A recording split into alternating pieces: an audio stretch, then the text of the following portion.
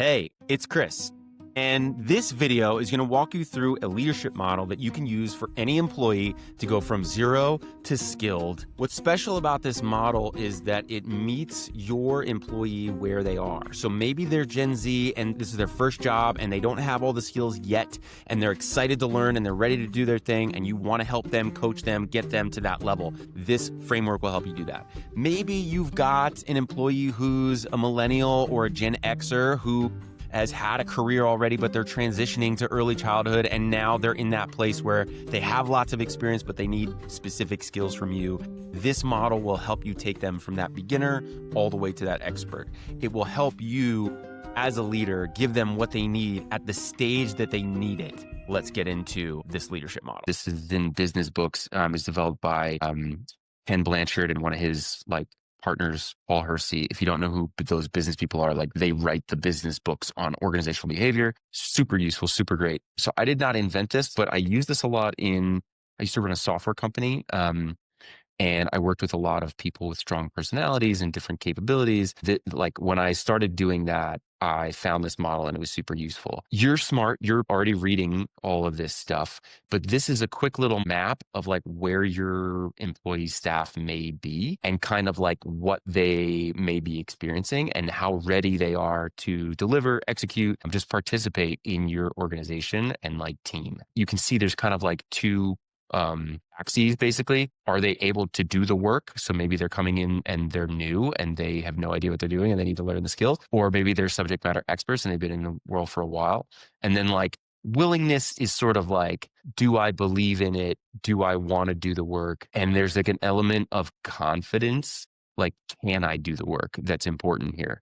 I want to jump in, I want to break into that. But basically, that's the kind of map of what you might see. But this is sort of as a leader, the way you would kind of work with those staff. So depending on what they have. So for instance, let's just pick an R1. So readiness level 1, meaning the least ready. They don't have any of the skills. They're coming in fresh and they know it. They don't know what they're doing. They don't know, they have no confidence around the work that they're doing. As a leader, you would put them in this bucket and you would have what's called a telling style. And what that kind of just means is your job is to basically tell them exactly what to do.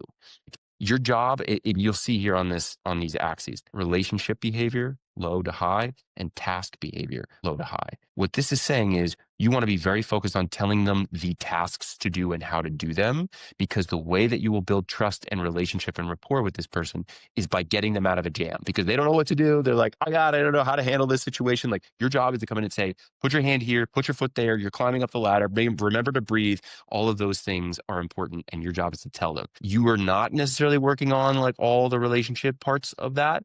The first thing you need to do to sort of win their kind of buy-in to being open to working with you is telling them exactly what to do and showing them the ropes. Once you do that, they can now be open to moving to an R2 position. And this is now they have some of the skills that they need, but they may not have the confidence because they haven't really used them for a whole while, long while.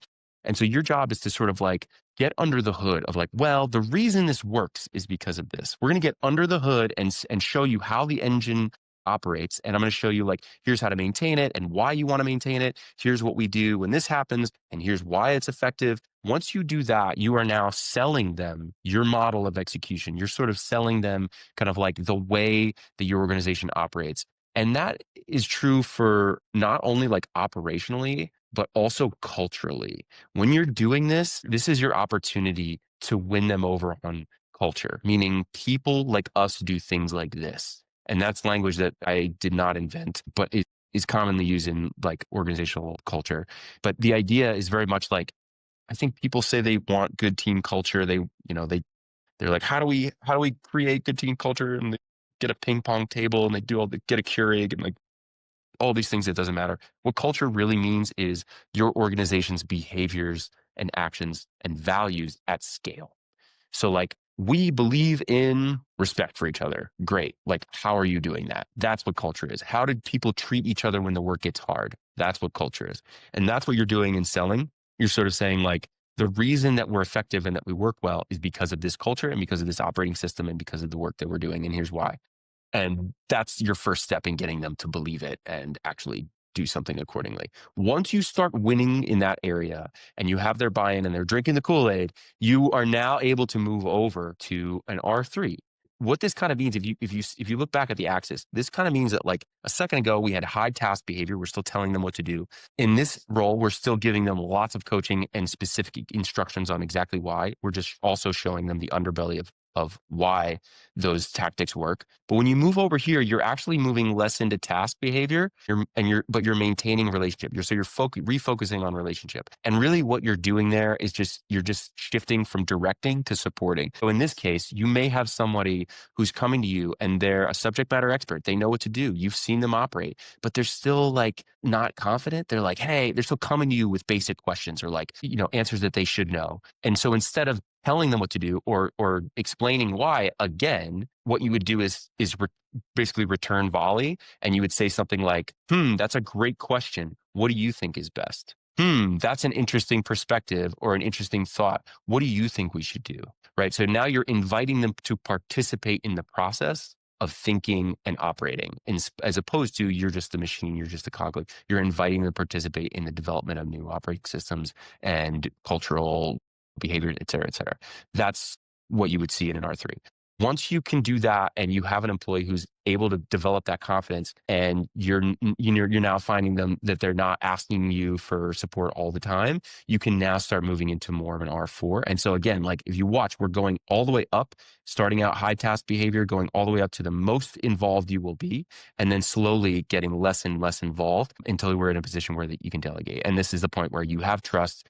They're capable, they're a subject matter expert, they know what to do, they have confidence, and you can just say, cool, here are the things we need to execute, go ahead and do it. And they, and trust that they will come to you when there's a real problem and when they really need your support, and you can help and support and coach them in the same way. But really, you're less involved, you're not over their shoulder, and they feel and love that autonomy, and they love that mastery, and they love that purpose, and they love the ability that you give them to do that. And like that's kind of like the evolved place that you want them to be. But this map really helps you walk all the way around and also diagnose what might be the issue that's blocking somebody from maybe an R1 to an R2 and all the way around. Anyway, I'm excited about this. I wanted to show you this. I've used this for many years and shared this with many, many people. I hope this is helpful and valuable.